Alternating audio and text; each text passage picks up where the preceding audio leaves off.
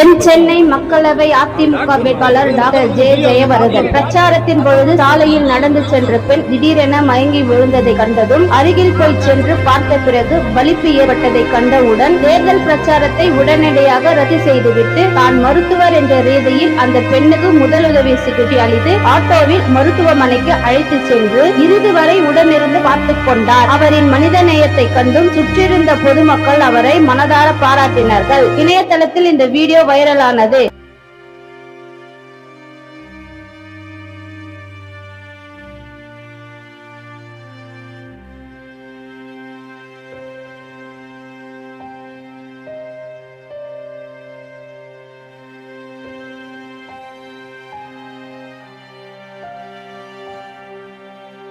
நாங்கள் போடும் பதிவுகள் உடனடியாக நீங்கள் பார்க்க வேண்டும் என்றால் சப்ஸ்கிரைப் பண்ணுங்க, லைக் பண்ணுங்க, ஷேர் பண்ணுங்க. வேறொரு நல்ல வீடியோவில் சந்திப்போம். நன்றி.